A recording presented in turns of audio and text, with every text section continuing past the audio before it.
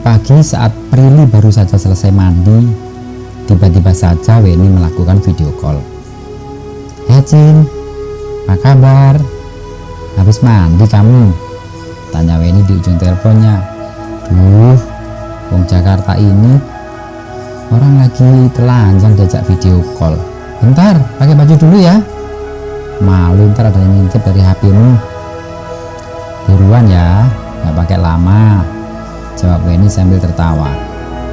"Ide kayak lagi pesan makanan di warung aja sih kamu," jawab Prilly. Itu ada perban di dada kamu kenapa pula itu? Habis operasi? Kamu ya nggak mau kasih kabar ke aku? Kamu sudah mulai berubah ya," kata Weni penasaran dengan nada ketus. "Ini baru kemarin aku pulang dari rumah sakit setelah 3 hari dirawat. Dan baru hari ini aku cas HP-ku setelah 3 hari mati.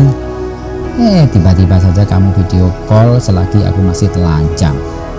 Selain kamu sih gak bakalan ku terima, sekalipun itu pacar aku," jawabnya. "Emangnya pacar kamu siapa lagi ayo?" canda Weni seraya memonyongkan mulutnya. Weni tahu bahwa Prilly tidak akan macam-macam. Dia tahu persis sahabatnya itu orang baik. Tidak mungkin berkhianat pada pacarnya yang notabene adalah Rudy, adiknya yang saat ini sedang berada di Jerman. "Kamu ya, sejak kapan aku jadi nakal?" jawabnya dengan suara merajuk. "Nah itu, dada kamu itu digaruk siapa? Sampai diperban begitu hayo?" tanya Weni kepo. "Ceritanya panjang Wen, nanti tak ceritain. Bentar lagi aku mau ke rumah ibunya Rudy. Aku mau lanjut di sana aja ya."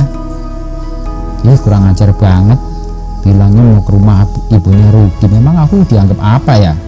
Awas kamu ya. Ya udah, buruan jangan siang-siang," kata Weni seraya mematikan obrolannya. Dia merasa senang sudah membuat sahabatnya itu bete. Kebetulan, pikir Weni. 1 jam berlalu, Prilly sudah memasuki halaman rumah Buhar, ibunya Rudy pacarnya. Dan langsung disambut Buhar yang kebetulan berada di teras rumah. "Ibu, aku sudah kangen. Bagaimana kabar ibu?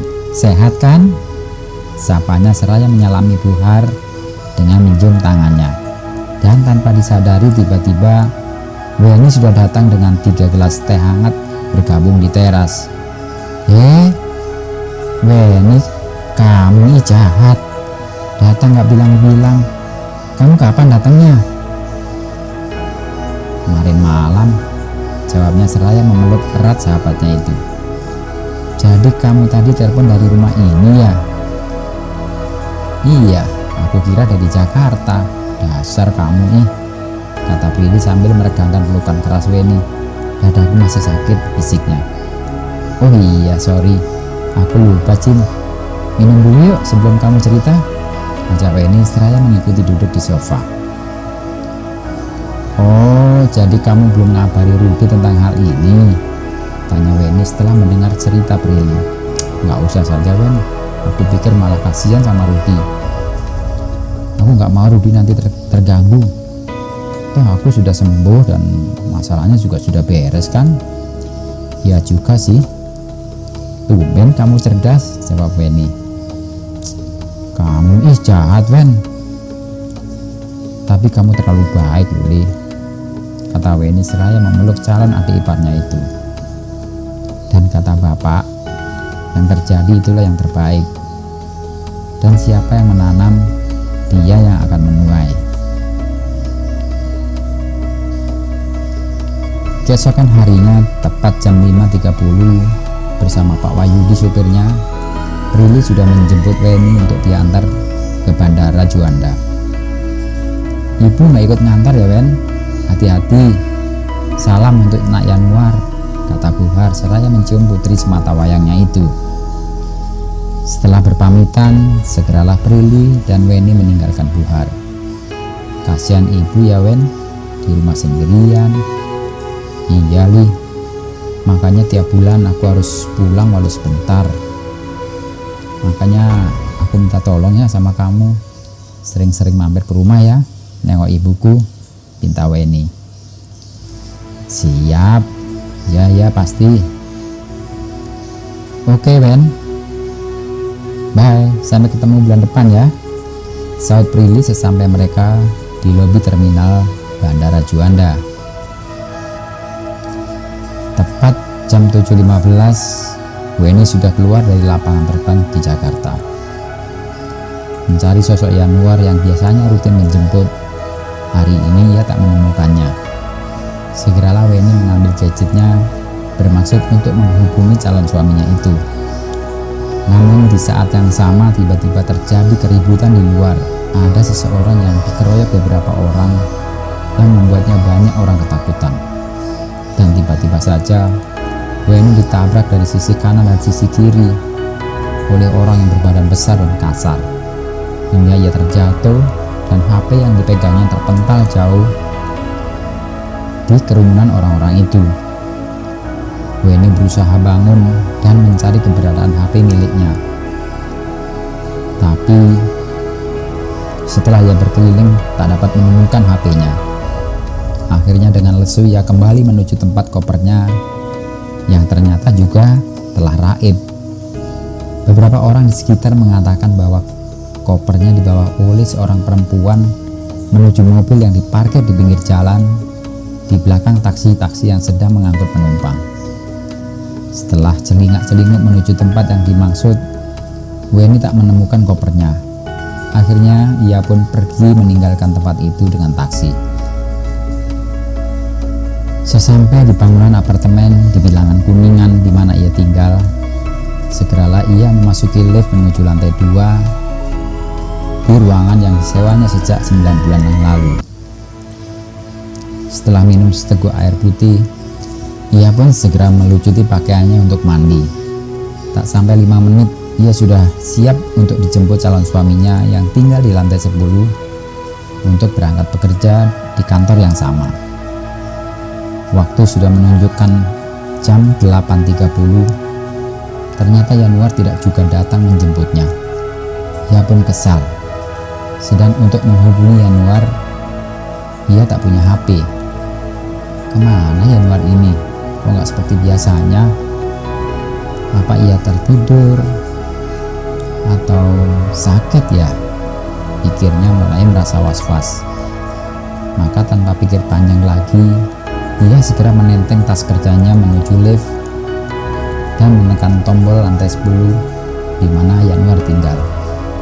Setelah beberapa saat ia mengetuk pintunya dan tak ada respon, segeralah Weni meninggalkannya menuju tempat parkir mobil di mana biasa Yanuar memarkir mobilnya. Ternyata kosong. Kemana Yanuar perginya? Pikir Weni bingung.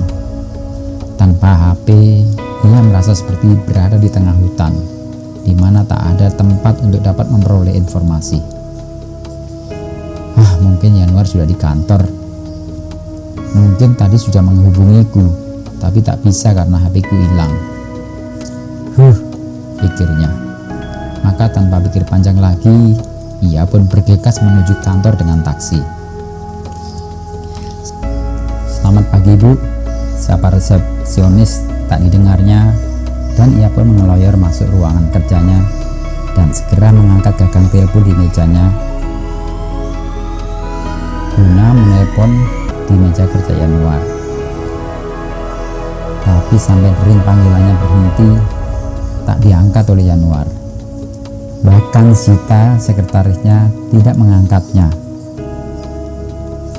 Maka ia pun beralih menelpon Sita, sekretaris Yanuar, tapi tak diangkat juga. Pada kemana sih? Apalagi meeting ya?